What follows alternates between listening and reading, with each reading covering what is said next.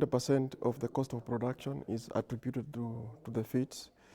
And this is because over 40% of the poultry feed ingredients is imported from outside the country. So that mainly contributes to the high cost of the feeds. Other issues is related to diseases, mainly because in the chicken industry, mainly the indigenous chicken, which we have had quite a number of diseases. And also the indigenous chicken is the market is not well organized. But for broilers and the layers, the market is fairly organized. So that poses also some of the issues that the farmers are facing. Yeah. You've talked on a lot of stuff. So let's start by just looking at, apart from the indigenous chicken, I know a lot of Kenyans have been trying the exotic chicken. Those are the broilers. I don't know how many varieties we have at the moment. I don't know whether you have a number. Well, we may not have an exact figure per se, because this one is usually the company, sometimes the company secrets. They don't tell you the species. They only tell you this is a COP 500, and you see that is not the name of the species, that's a trade name. Usually they keep them as secrets. But what I must say is that we have quite a variety of breeds in the country, and normally they are just hybrids.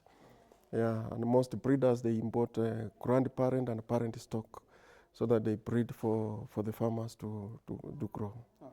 Yeah. So if I'm a new, I'm thinking of joining the chicken production sector. What are some of the things that I need to know? Well, the first thing that you'll have to think of is the market.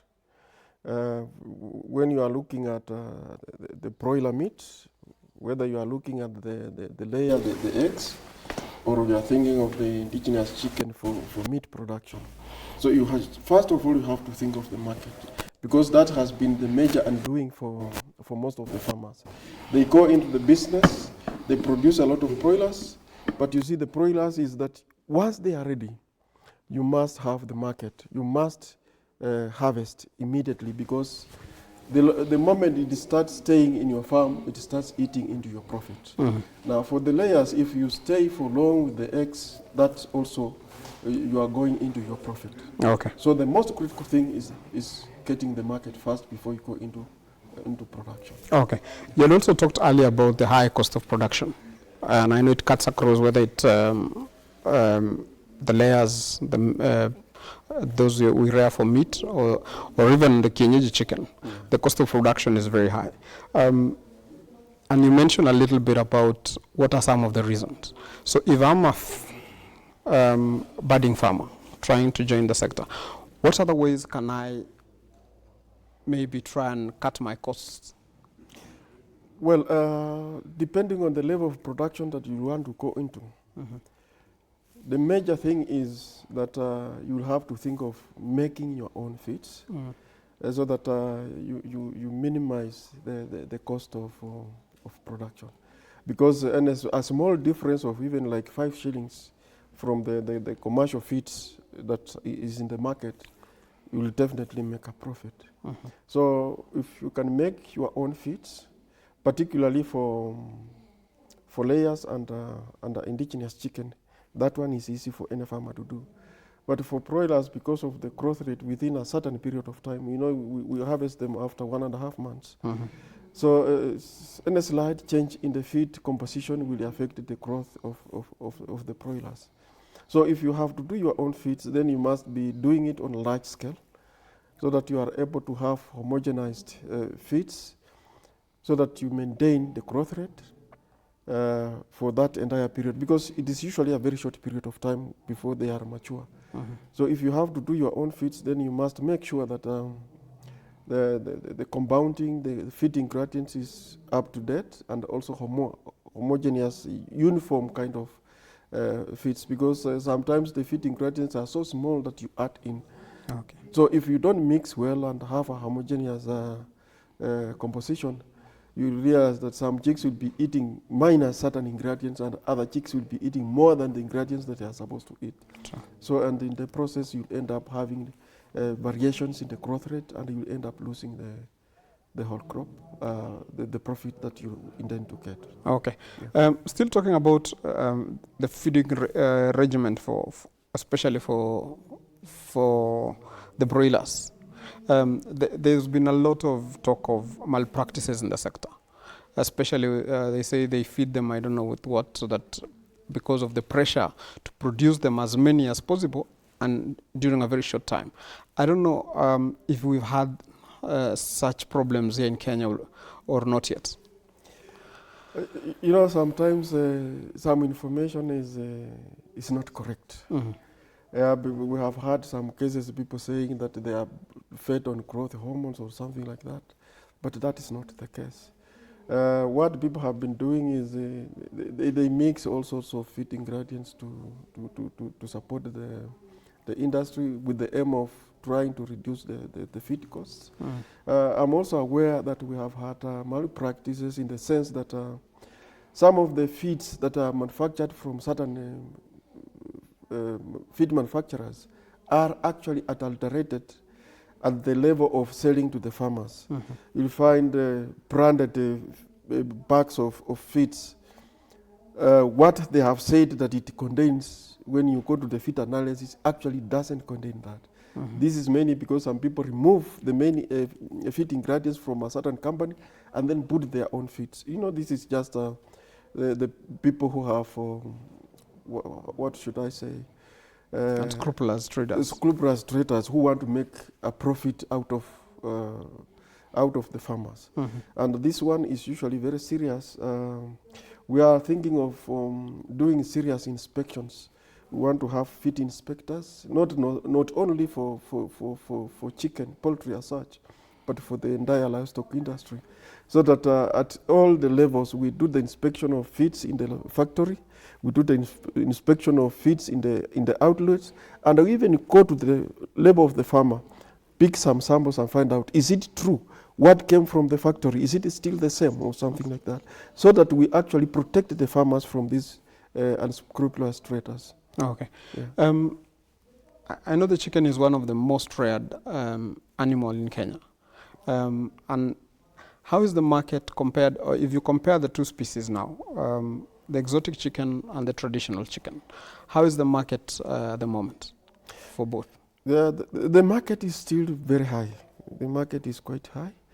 For broilers, you know, they have those specific markets. The outlets are well known. The farmers produce for specific markets. Mm-hmm. But we usually have a challenge with the indigenous chicken. Though the demand is very high, people are preferring now, many people are preferring the meat of indigenous chicken because of the taste, the unique taste of the indigenous chicken. Because okay, it takes some bit of time. Sometimes it runs around, picks several feeds, and in the process, it is a belief that it becomes tastier. Mm-hmm. But the only challenge we have is the marketing challenge with the indigenous chicken, because they produce in small numbers. So the main issue is aggregation and where are they going to be slaughtered. Okay. So those are some of the challenges. But maybe what I may say is, as a government, we are seriously looking at the issue of how we can support the farmers. We're thinking of establishing some slaughter facilities where the farmers can slaughter the chicken, the indigenous chicken specifically, because the broilers and the other ones have a specific market.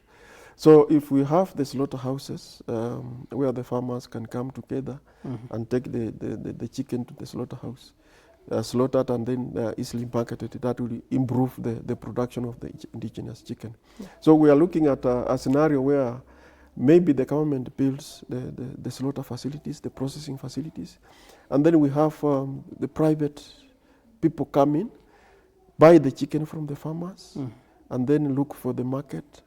Maybe they can open up even franchises for the youth, so that we can also create the employment for the youth and create the market so that we can spur production of the indigenous chicken.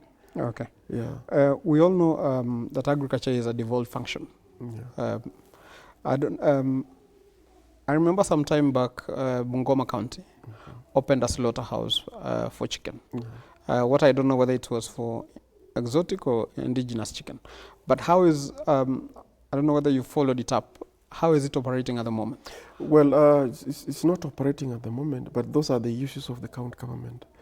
The plan was that the national government built the slaughterhouse, including the processing equipment.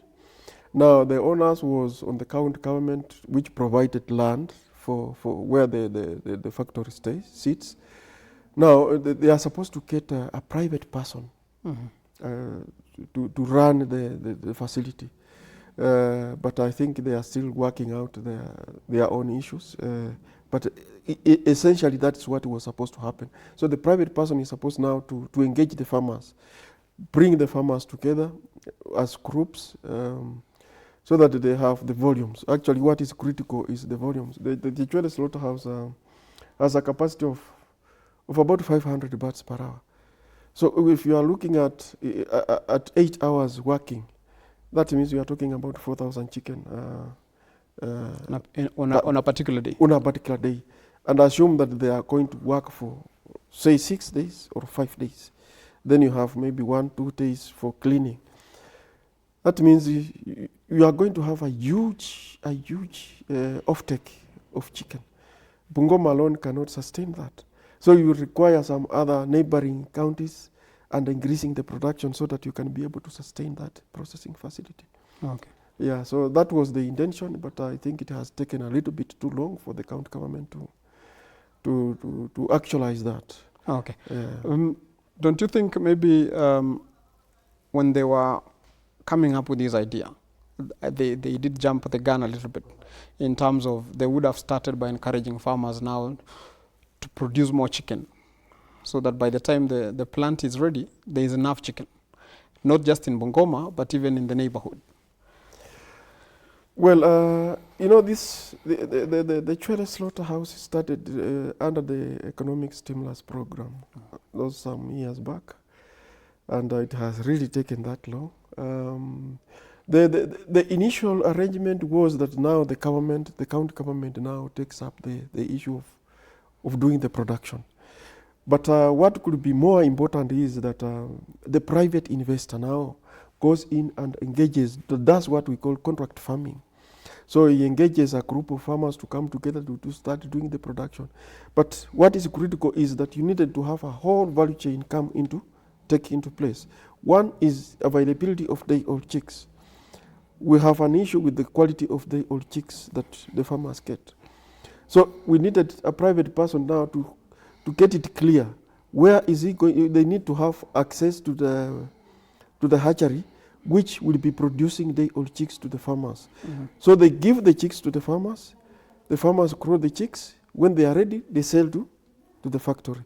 In the same context, it could also be wiser if the private entrepreneurs start processing the feeds, so that you process the feeds and then now the cost of the production will come down.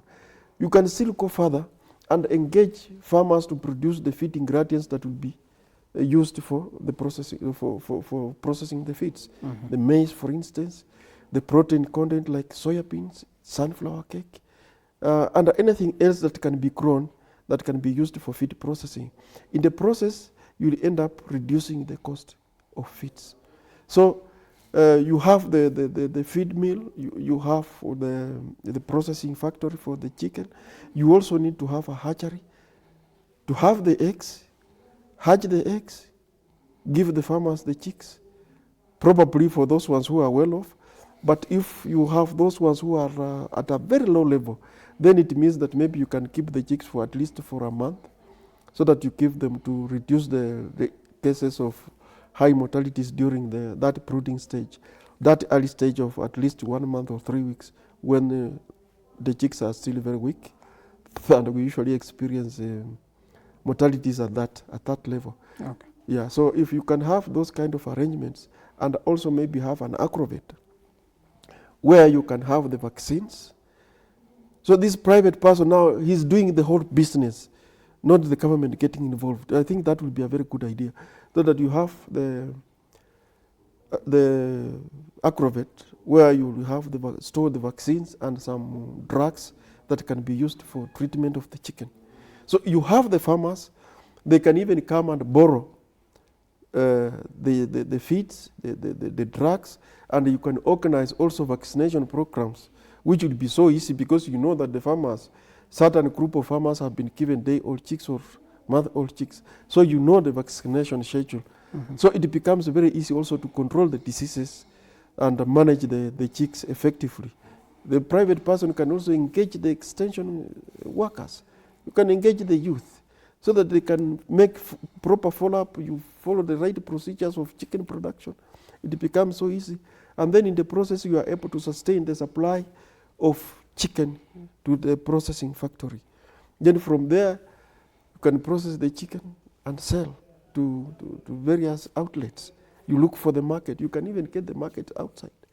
So even the processed products, you can also engage the youth in various markets.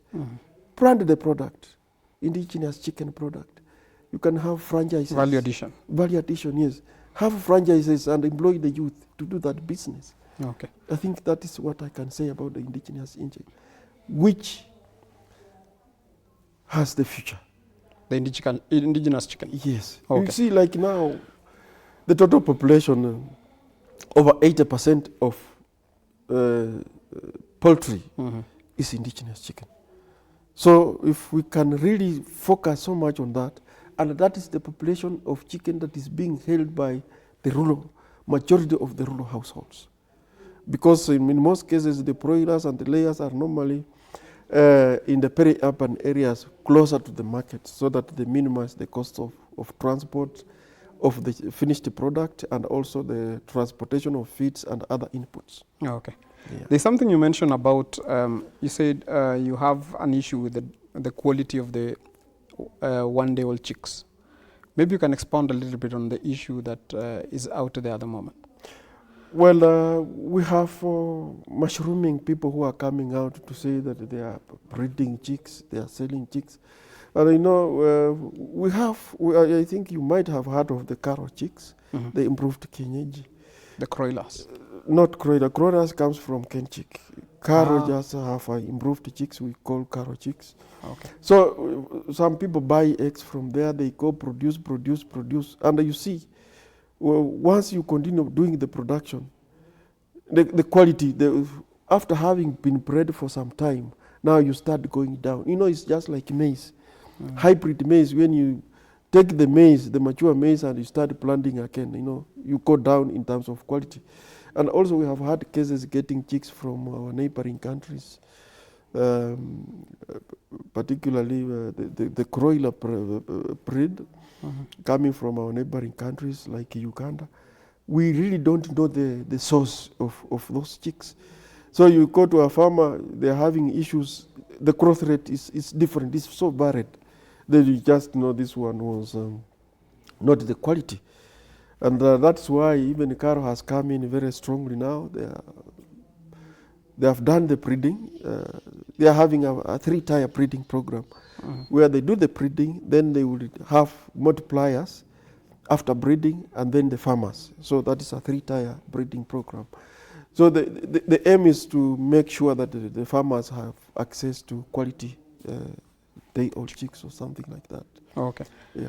And in terms of the importation of chicks, I don't know whether they are importing them legally or illegally. What is the procedure of getting either chicks from another country to Kenya? First of all, you need to get what we call no objection from our country. What the Directorate of Veterinary Services does is they do the search. Once you make a request that you want to get chicks, for instance, you want to get chicks from Italy. Now, for what purpose? Maybe day-old chicks for breeding. You could also import fertile eggs. You hatch and then you do the breeding. In most cases, such chicks and such eggs are usually either grandparents or parent stock, so that they come and do the breeding and start selling the chicks to the farmers. So now the directorate will find out from that source, do we have any related disease that may come to affect us? Okay. Yeah, so the source where we are getting the chicks or the eggs must be free from disease. That is the first thing that the government does, the Directorate of Veterinary Services does. Once they are assured that the breeding material from where you are importing the chicks from is clean, then they give you a clean bill of health so that you can do the importation. Okay. When you talk of diseases, I've seen the broilers, the layers, the exotic breed, they always get vaccinations. But growing up, we've always grown the indigenous chicken. But I've never seen, we never saw parents even getting medication or any drug for the chicken. Does it mean only the exotic bird has to be vaccinated? No. Actually, if you will be keen, you will realize that even in your village, wherever you come from, you realize certain seasons you just discover very high mortalities of chicken just dying. And at the moment they start dying, they die the whole flock. You'll be lucky maybe when you get one cock surviving, but the whole village, the whole area is just wiped out because of the disease. In most cases, it is usually there's a disease we call Newcastle disease. I don't know, maybe it has a name in your village. This is a disease that you can control very easily through vaccination. So even in the indigenous chicken, why the production is not so high is because the farmers are not keen about doing the vaccination. You know, you have a very few chicken. In most cases, the average number of chicken per farmer is about 10 chicken. So 10, and usually the vaccines are in doses of 100, 200, but now they are coming down to about 50. So a farmer going to buy, for instance, a dose of 100, and you only have 10 chicken, it becomes a challenge. Oh, okay. Yeah, but what is important is all the chicken are supposed to be vaccinated. So if for indigenous chicken, you are supposed to come together as a group so that it becomes easy. You go buy a dose, say 200, and you vaccinate around your neighborhood. You'll be safe that way than avoiding to do the vaccination. Even indigenous chicken, you are supposed to have a proper vaccination schedule. If you do vaccination, you are assured of these chicks growing to maturity. And that is one of the reasons why we have some national government projects and even the county governments who are supporting doing the promotion of indigenous chicken. The chicken value chain is really being taken up by the counties, and some of the projects are promoting the issues of people coming together, what we are calling common interest groups, focusing on chicken value chain. We are also have people coming together within a county to form producer organization of chicken value chain. Others are forming cooperatives just because of the issues of doing the marketing and the production. So if people have come together as a group, it becomes easy to do these operations. You can buy feeds in bulk if you are in a rural area, so the cost of transport comes down. When you want to sell, you sell as a group. You are able to negotiate the price. You minimize the issues of the middle people coming together and reducing the price and making a kill out of your product. Okay. So people coming together, it will be easy to do the inputs, purchase in bulk, and when you are selling, you are able to, you have the voice as a group. Okay. Yes. Evans, I think that's a good place to take a break, but we'll be back shortly and continue that conversation. For our viewers back at home who are just joining us, today I'm joined by Evans Makoha, who is the Deputy Director of Livestock Production, and today we are talking about the chicken value chain and what you need to know if you want to farm chicken. Just don't change that dial, we'll be back shortly.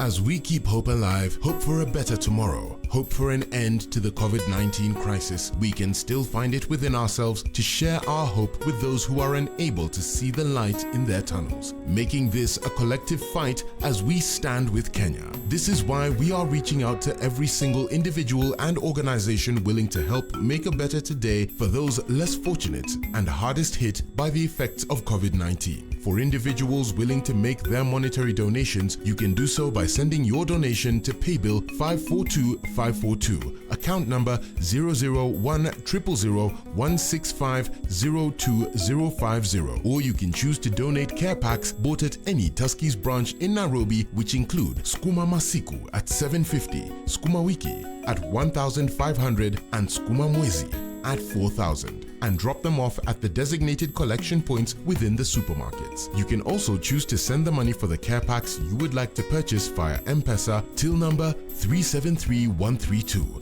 account Stand with Kenya. And lastly, you can purchase the care packs using www.tuskys.dpo.store. For any organizations wishing to make donations, get in touch with the Stand with Kenya team through standwithkenya@standardmedia.co.ke.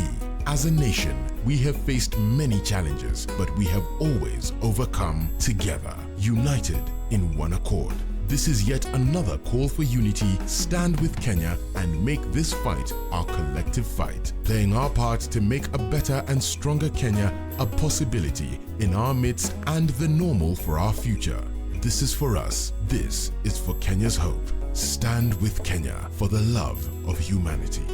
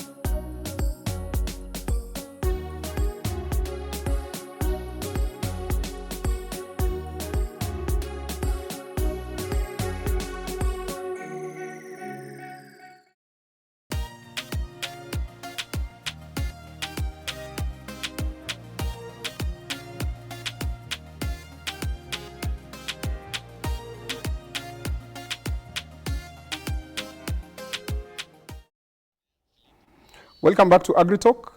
Today I'm joined by Evans Makoha, for those of you who are joining us now. And today we are talking about the chicken value chain and why you need to invest, or if you want to start a business, the chicken is the best place to start from. Makoha, when we went on a break, you are talking about how our parents or some of us didn't know that even kienyeji chicken needs to be vaccinated to ensure that we reduce the high mortality that we see at the moment in most parts of the country. Why do you think this information is not out there? Or where did we go wrong that even my parents or the people out there don't know that the kienyeji chicken, we all believe it's a hardy breed, so it doesn't need to be vaccinated? Yeah, I think the whole issue revolves around issues to do with extension services. We have had a lot of challenges in extension services, not necessarily chicken alone, but the whole of agricultural sector. Before I was even employed in the government services, the issues that farmers were complaining about, inadequate extension officers not reaching the farmers. Mm-hmm. I will retire when the same issue is still there. Mm-hmm. But what I want to say is, I think it is high time that we look for innovative ways of the farmers getting this kind of information. What will be critical is the e-extension, e-platforms where the farmers can get and access information through the social media. This will particularly do very well, especially for the youth who have not been very keen in so far as the issues of agriculture in general is concerned. We at the moment we have what we call the Agriculture Transformation Office in the Ministry of Agriculture, Livestock, Fisheries and Cooperatives. It's a newly formed office that has what we call, they are developing a platform we are calling Agricultural Information Management System. This is the information that is going to give us data management. We should be able to know how many poultry farmers we have and where are these farmers based, what kind of production are they doing, which products are they producing, are they doing kienyeji, are they doing the broilers, are they doing the layers, and where in the country are we having the deficit of these products, the eggs, the broilers or the indigenous chicken, so that we are able to know. And in such a platform, we should be able to also avail the information that if you want to start poultry, what are the basic things that you need to know, so that you are able to get that kind of information. In the event that you realize your chicken are doing so badly, how can you get the information? You need to access that information as quickly as possible, so that we stop thinking of having extension officers physically going to the farms. Yeah, you can see what COVID has given us, the COVID-19, it has given us a real challenge. The farmers have really suffered. So most farmers throwing away the finished broilers because they have no market. The hotels have closed. They didn't know where to sell the eggs. Some were giving for free to the neighbors. At least it's better neighbor to eat than just throwing away. Yes. Yeah, so that kind of information, we need to have a platform where people who are engaged in the agricultural sector are able to get that information. At the same time, we should also be able to know real-time information that we have this number of farmers.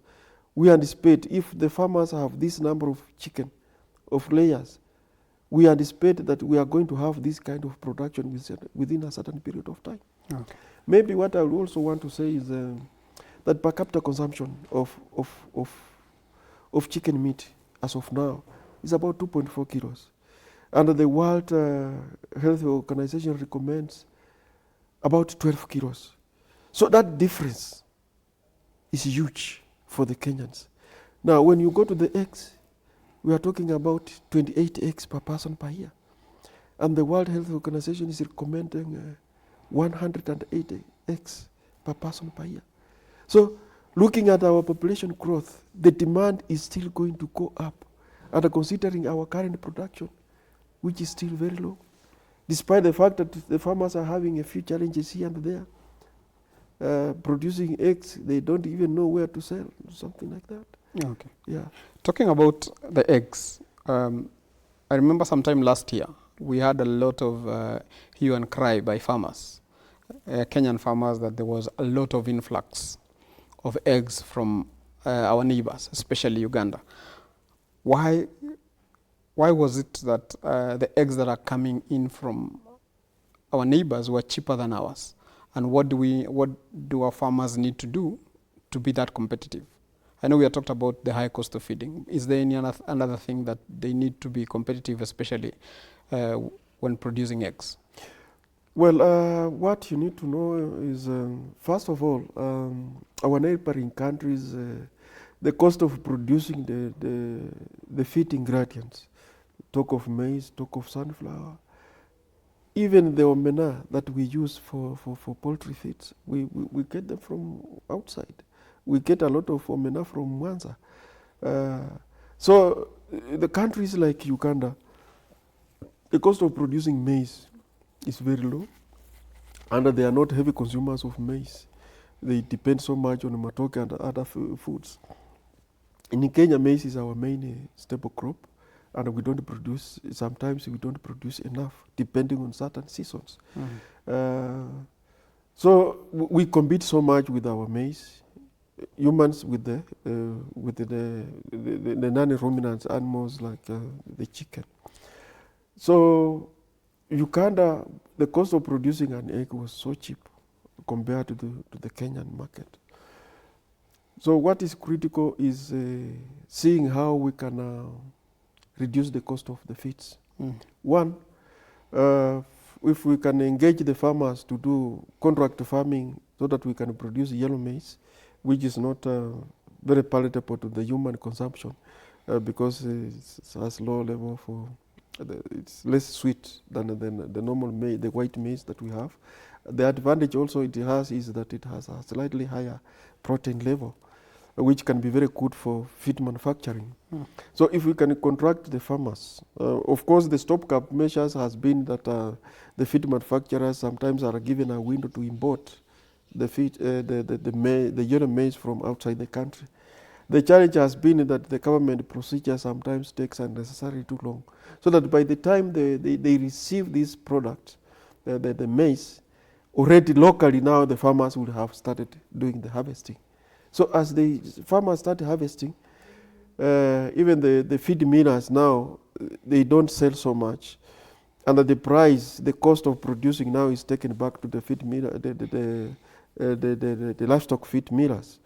Because there are several products that we get from milling the human food, the human flour, the maize germ, the maize husks.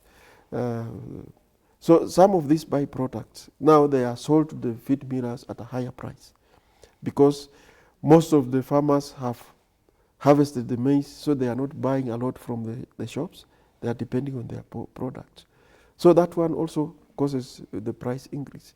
Now, if we have contract farmers and the farmers produce this maize, and maybe if the government can also subsidize the maize production and other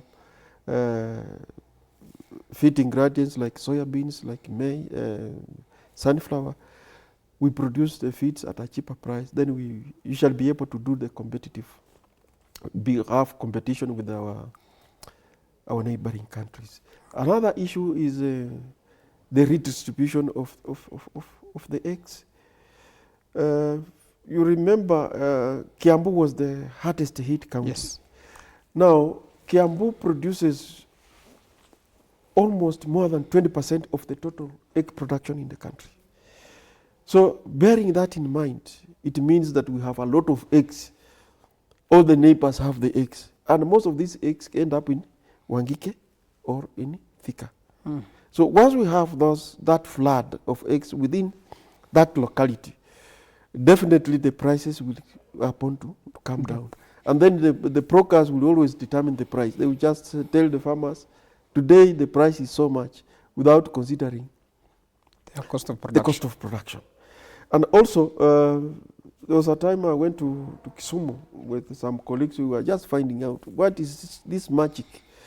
We found some traders importing eggs from Uganda, a lot of eggs. Then we asked, how comes you cannot buy eggs from your neighbors? Your neighbors.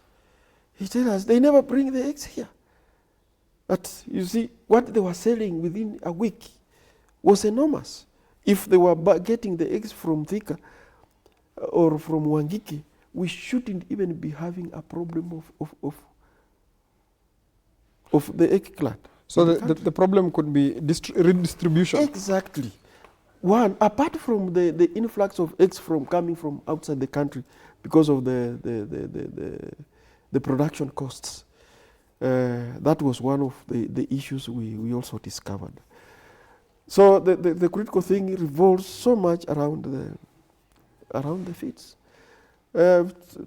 Sometimes we have, some farmers have been importing the poultry cages that are used particularly in egg production.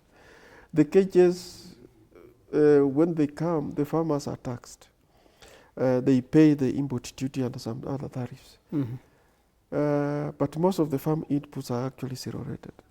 So I think what is important is also for KRA now to look at the issue of, because the cages are considered as steel, Okay. building material. So they are in that category, so that's why they are taxed. Okay. Yeah, so that is also the beginning of problems of farmers who are keeping the eggs. But also one thing that I'm still wondering, isn't there a way the government can protect their population from oversupply of eggs from another country, especially from our neighbors? Well, you know, when eggs or products coming from another country are sold at a price lower than the cost of production of the receiving country, it is considered dumping, right? Yeah, but you see now the issues we have had with Uganda is the Kenyan products, poultry and poultry products, and I think also milk. When our farmers take those products to Uganda, they are taxed to the tune of 25%. Okay. And then when the Ugandan products are coming to Kenya, they are not taxed at all. You see, the Kenyan government is implementing the East African Common Market Protocol. So what is there is that, you know, this is purely an issue that is in the Ministry of Trade. Yeah, well, we need to have discussions with the Ugandan government, bilateral discussions now, because at each country has its way of implementing the Common Market Protocol. Okay. So we need to have discussions with the government of Uganda so that we see they reduce the tariffs, they remove the tariffs. That is one option. Another option is the government of Kenya now to also impose the same on importations. On importation from our neighboring countries, despite the fact that we are in the same docket of the Common Market Protocol. Okay. There's another thing you mentioned that I found it a bit puzzling. We import a lot of omena from Mwanza, yet we share the same lake. Yeah, exactly. How is that? Well, very interesting. Yes, very interesting. Yeah, because when you go to our shores, most of the lake shore is actually contaminated. The Kenyan side has really contaminated the lake shores.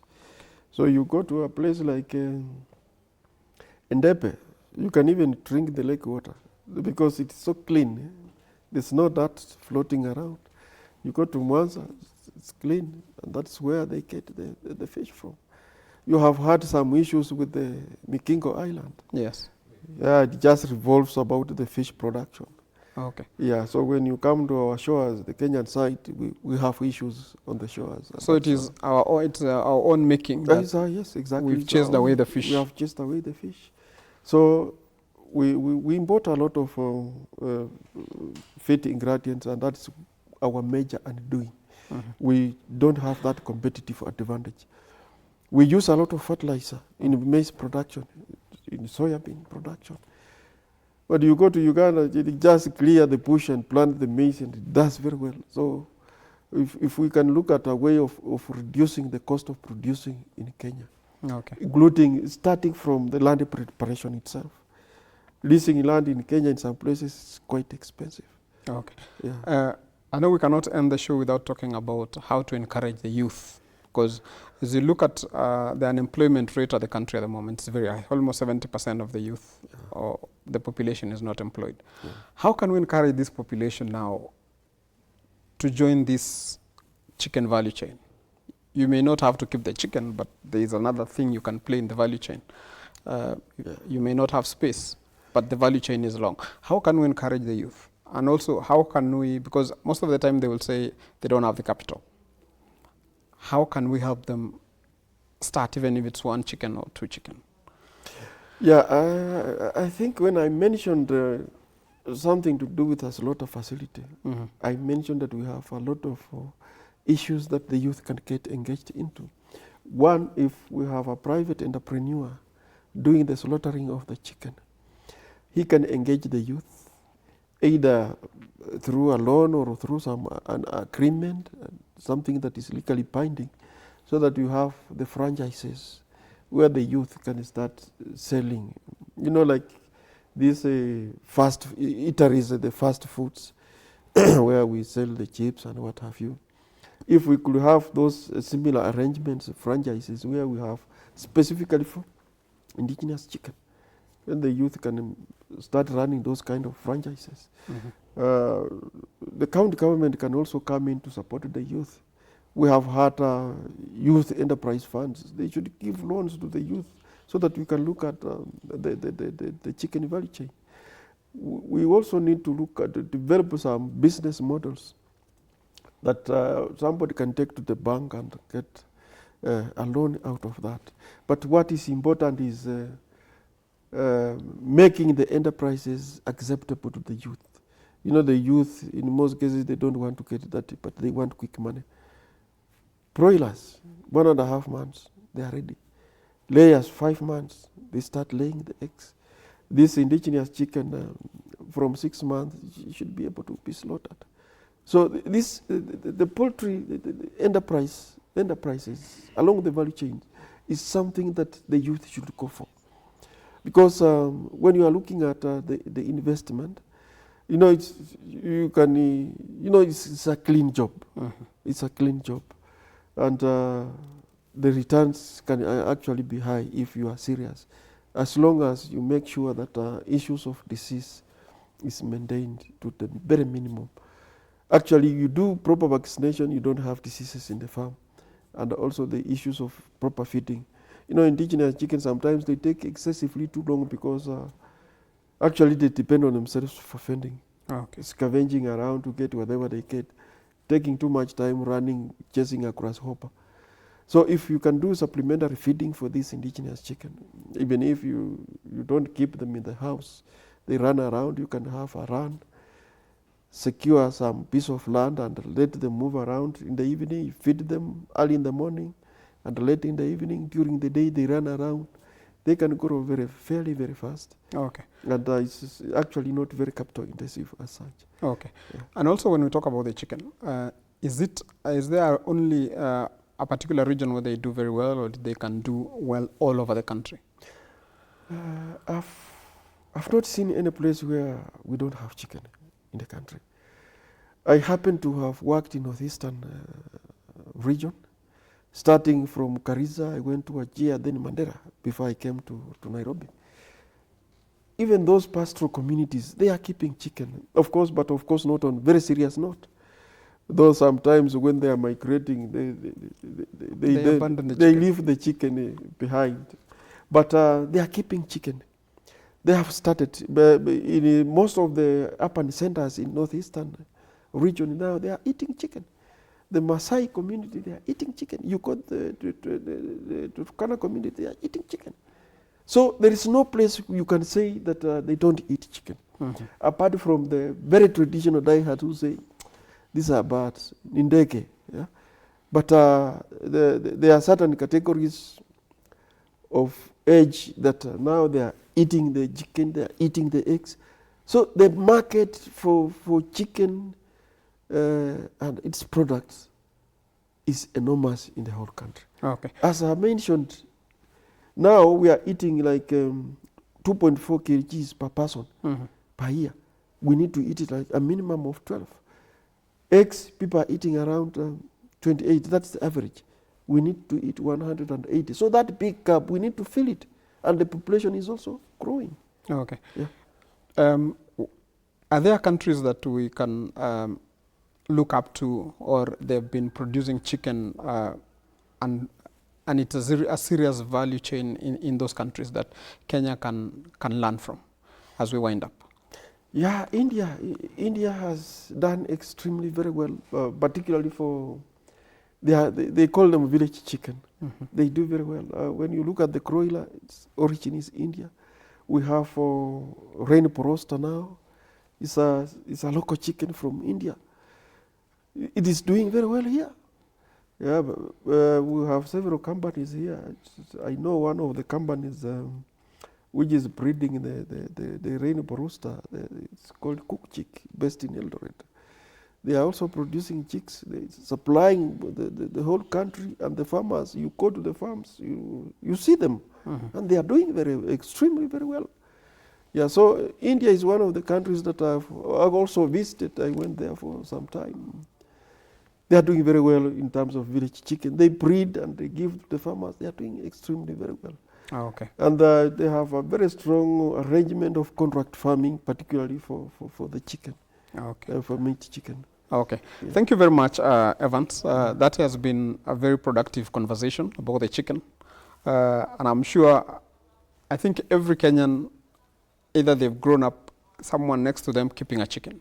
So we are not talking about rocket science here. Everybody understands the chicken, and I'm surprised that the value chain or the future of chicken in this country is looking bright, and that whoever wants to make money, they can look at this value chain. For our viewers back at home, we were talking about the chicken value chain, and I was joined in studio by Evans Makoha, who is the Deputy Director livestock in the livestock production. Thank you very much, Evans, once again for coming. Thank you so much. For viewers at home, that is it from Agri Talk today. Until next time, goodbye.